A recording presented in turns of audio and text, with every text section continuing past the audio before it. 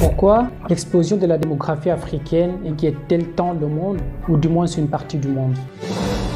Sur les médias, dans des conférences ou encore dans certains programmes d'enseignement, la question de la démographie africaine revient souvent et est perçue comme une menace. Pourtant, à ce jour, l'Afrique n'est pas le continent le plus peuplé. Pour parler des villes les plus peuplées du monde ne sont pas africaines. Dans cette liste, la première ville africaine est le Caire, en Égypte, qui compte 22 millions d'habitants et se classe 7e au niveau mondial.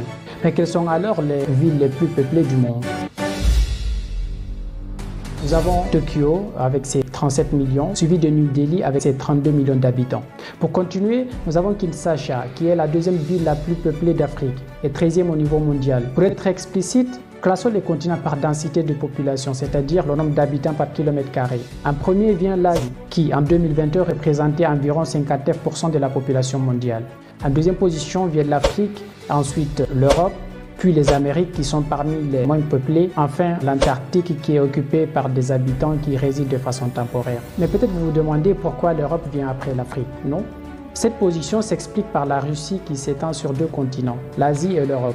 Cependant, presque 80% de la population russe vit en Europe. En intégrant exclusivement cette partie russe à la densité européenne, l'Europe devient le deuxième continent le plus peuplé, avec 68,44 habitants par kilomètre carré. Pour revenir sur le cas de l'Afrique, si on se projette dans le futur, les prévisions indiquent que l'Afrique restera l'un des continents les plus peuplés, avec l'une des populations les plus jeunes au monde. Tandis que sur les autres continents, une grande partie de la population serait vieillissante. Malgré cela, même si ces prévisions se concrétisent, l'Afrique sera toujours moins peuplée que l'Asie d'aujourd'hui. Mais pourquoi le cas de l'Asie ou de l'Europe ne préoccupe pas autant? Pourquoi s'inquiète-t-on autant pour l'Afrique?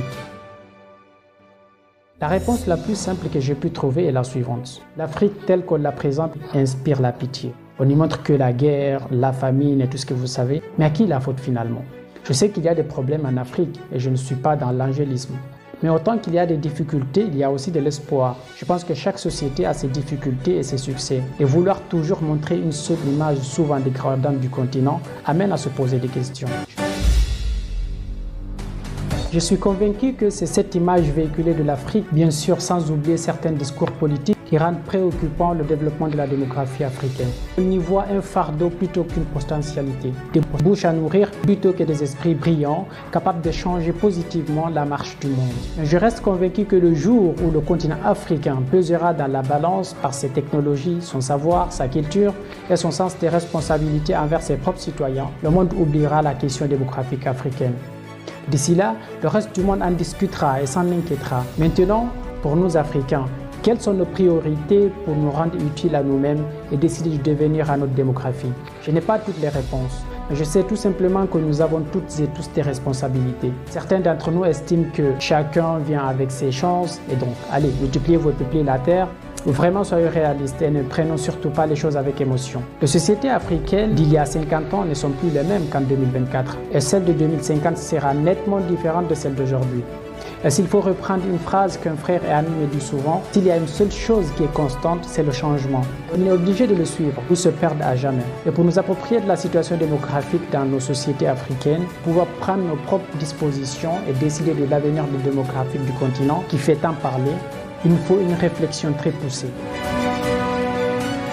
Dans la société traditionnelle africaine, majoritairement rurale, l'enfant était une source de production parce que l'enfant produisait dès son jeune âge. Il pouvait surveiller les moutons, jouer avec ses petits frères pendant que les parents étaient occupés, apporter un fagot de bois, etc.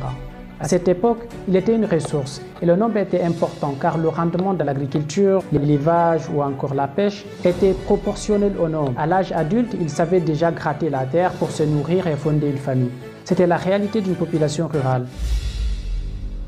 Aujourd'hui, nous sommes une population majoritairement urbaine où l'enfant devient une charge totale entre 0 et 20 ans, voire au-delà dans nos pays. Donc pendant tout ce temps, il faut le loger, le soigner, le scolariser dans différentes écoles où il apprend la science, la culture et la religion. Cela est applicable à chaque enfant que l'on a si on veut vraiment s'assurer que ces enfants aient une bonne éducation. On se doit d'intégrer cette réalité. Et je pense que l'Afrique ne doit surtout pas stopper sa croissance démographique. Elle doit l'encadrer en créant un climat favorable d'échange entre tous les acteurs de la société africaine. africaine pour définir une vision commune, prendre en charge les Africains dans leur totalité et faciliter leur épanouissement sur le sol africain. Et ayant dit cela, je pense que sur la démographie africaine, nous avons deux choix à faire. C'est de faire des enfants tout en tenant compte du contexte urbain dans lequel nous vivons, en prenant en charge leurs besoins en termes de logement, d'éducation, de santé et de loisirs pour préparer des générations compétitives capables d'analyser et d'agir pour le destin commun du continent. Ou bien continuer à s'appuyer de façon erronée sur des valeurs culturelles et autres, faire des enfants sans se soucier de leur avenir, et espérer qu'une baguette magique vienne faciliter leur vie sans aucune compétence scientifique et technique. La deuxième option, c'est l'éducation. Construire des écoles et des universités et adapter le système éducatif aux besoins du continent, ou bien construire des prisons pour ceux qu'on aura privés d'une bonne éducation. Pour finir, je dirais que le problème de l'Afrique, ce n'est pas le nombre d'enfants, mais les efforts fournis par les parents pour les prendre en charge. Au lieu donc d'encourager les parents à diminuer les naissances, dites-leur de se lever et de travailler comme des parents responsables. Et les parents ici, c'est vous, c'est moi, c'est chaque Africain et Africaine selon sa position, gouvernant et gouverné, vivant sur le continent et dans la diaspora. C'était Toka pour Coursidon.c pour vous servir.